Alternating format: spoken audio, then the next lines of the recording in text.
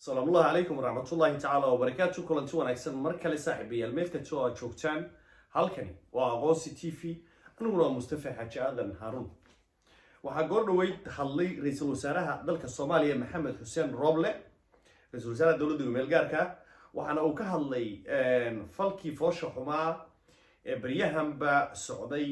iyo waayitaankii ama dilkii Igraan Tahliil Warsame oo ahayd iyadu gabadh ka howlgalaysay hay'adda sirdoonka iyo nabad sugidda qaranka ee NISA. hadalka ra'iisul wasaaraha aynu dhageysano kadibna qodobada dastuurka ee ra'iisul wasaaruhu sheegay maxay muwaadinka Soomaaliyeed u damaanad qaadayaan. waxa aan guda galay dastuurka kadibna artikalada tobnaad, 15 iyo 13 ee dastuurka ku meel gaarka ah ee dowladda Soomaaliya Soomaaliya ayaan qodobadiisii loo soo qaaday waxa uu damaanad qaadayo. halka baynu isla eegnaa marka hore bal ila dhageysta ra'iisul wasaare Maxamed Xuseen Roble iyo wixii uu ka yiri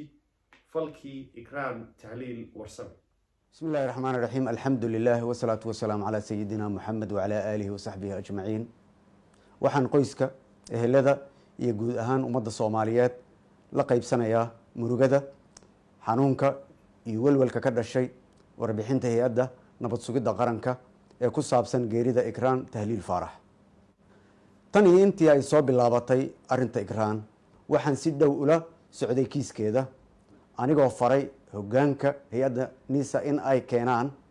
xog dhammaystiran siiyeyna waqti ku filan, balse nasiib darro warbixinta ay soo saareen ee ku saabsan geerida Igraan ma ahan mid lagu qanci karo oo wadata caddaymo ku filan ama ka jawaabaysa su'aalaha muhiimka ah ee ku saabsan kiiska Igraan. waxaan la socdaa kana warhayaa in sida aan habbooneen ee loo maareeyay kiiska Igraan ay taabatay dareenka iyo qulubta dhammaan shacabka Soomaaliyeed meel kasta ay joogaan, abuurtayna caro iyo falcelin keentay in la afduubo muwaadiniin Soomaaliyeed oo aan wax lug ah ku lahayn arrinkan. haddaba aniga oo ka duulaya arrinkan waxaa ummadda Soomaaliyeed u caddaynaya in xukuumadda federaalka Soomaaliya uu waajib dastuuri ah ka saaran yahay ilaalinta xuquuqda aasaasiga ah ee muwaadinka Soomaaliyeed ee ku cad qodobada 10aad, 15aad, 33aad ee dastuurka ku meel gaarka ah ee wahagaag. ra'iisul wasaare Maxamed Xuseen Roble waxa uu ka hadlay waxa uu uga tacsiidiyay oo dhageysanayseen Igraan Tahliil Warsame dastuurka qodobkiisa 15aad qodobkiisa 10aad, 15aad iyo 33aad waxay yiraahdeen waxaan soo qaadayaa markaa farqado inkastoo qaybkood uu qobiyo qoraal yahay oo uu sheegayo in qaarkood xeer hoosaad qeexayo, haddana qodob kale ayaa xitaa ku arkayo qodobka 14aad ah waxa uu ka hadlayaa karaamada qofka ibni aadanka ah. qodobka 14aad wuxuu leeyahay qaybta farqadiisa koobaad karaamada aadanuhu waa deequ Allah subxaanahu wa ta'ala ku manaystay qof kasta oo ibni aadan ah, xuquuqda aadanuhuna waa deeqaas ayay ka soo unkantaa. qodobka labaad wuxuu leeyahay isla waxaan joognaa 14aad bay joognaa farqadiisa labaad karaamada aadanuhu waa laguma xadgudbaan dhowristeeduna waa waajib saaran dadka oo dhan iyo dowladda gaar ahaan buu yiri. qodobka farqada saddexaad ee qodobka 14aad wuxuu sheegay awood dowladdu waa in aan marnaba loo isticmaalin meel uga dhaca karaamada aadanaha. awoodda dowladda waa inaan loo isticmaalin meel uga dhaca karaamada aadanaha. waa qodobka 14aad ee dastuurka ku meel gaarka ah ee Soomaaliya. okay, qodobka 15aad wuxuu ka hadlayaa isna sinaantu ka hadlayaa muwaadiniinta oo dhan iyagoo aan loo eegin lab iyo dhidig, xaalad bulsho ama dhaqaale, afkaar siyaasadeed, qabiil, naafnimo, xirfad, midab, af ama lahjad toona. xuquuqda iyo waajibaadka waa ay u siman yihiin sharciga hortiisa. ama Fahad Yaasiin noqo ama Farmaajo noqo ama Cabdiraxmaan Cabdishuur noqo, sharciga hortiisa waa loo siman yahay ayuu yiri. qodobkiisa labaad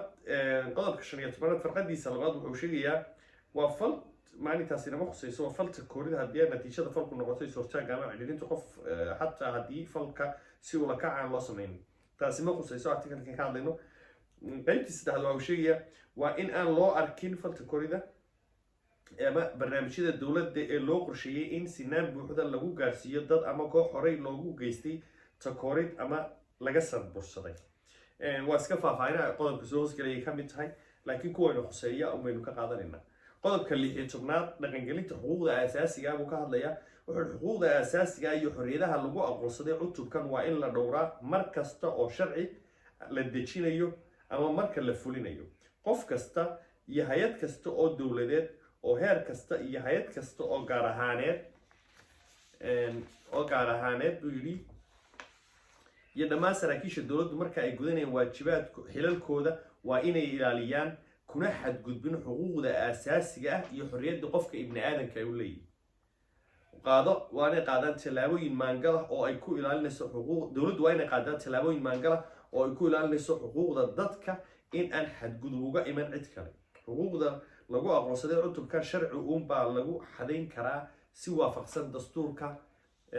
سوماليا هذا الدستور هذا ورئيس الوزراء محمد حسين روبلا كهال دستور كوكال وانتاس قضبض الطبنات شنية الطبنات يصدق يصدرات با وحي كهال ليان إلى قفك العبورين لجوا حدود بكرين لتكوري كرين إسلام كان شات الدولدات أن لجود دولدين كرين وانو كحنا يفلكاسي إكران waxaynu sugaynaa natiijada ka soo baxda 48 saacadood oo ka bilaabanta markii ra'iisul wasaaruhu uu hadlay oo sharciyan ay dhaqangal noqonayso inagu waxaan leenahay haddii ay ka dhimato inna lillahi wa inna ilayhi raaji'uun haddii noo shayna ilaahay gacanta cadawga ka soo saaro warkaas ayaan idin la wadaagay socodsaana waa aqoonsi TV anigoo Mustafa Xaaji Aadan Xaaji Haarun waan idin la socodsiinayo kulanti dambe sidaas iyo fi amaan Allah